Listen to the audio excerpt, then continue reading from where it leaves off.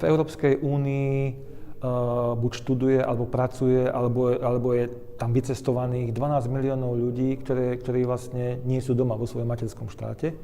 A títo ľudia potrebujú každý rok 100 000 dokumentov, buď priniesť originály, rodný list, keď sa ľudia zoberú, tak vlastne potrebuje potvrdenia, alebo potrebuje vypísť registra trestov a ďalšie dokumenty.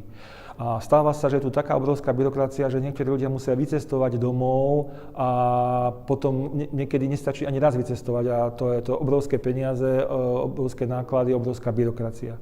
A preto vlastne sme tlačili a schválili v Európskom parlamente to, že takéto dokumenty už bude možné overovať napríklad online, že niekto donesie kópiu rodného listu a ten úrad priamo v Európskej únii, v konkrétnom členskom štáte sa priamo spojí s úradom, ktorý vydal tento dokument a online ho overia a nemusí vlastne chodiť človek domov.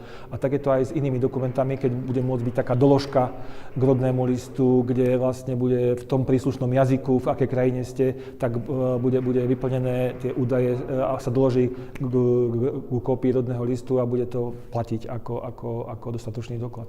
Čiže týmto pádom ušetríme obrovské finančné prostriedky 12 miliónom ľudí v Európskej únii a pomáhame znížiť byrokraciu. A k tomu nám bude samozrejme pomáhať aj budovanie rýchleho internetu, ktorý bude ďalej takéto služby zdokonaľovať.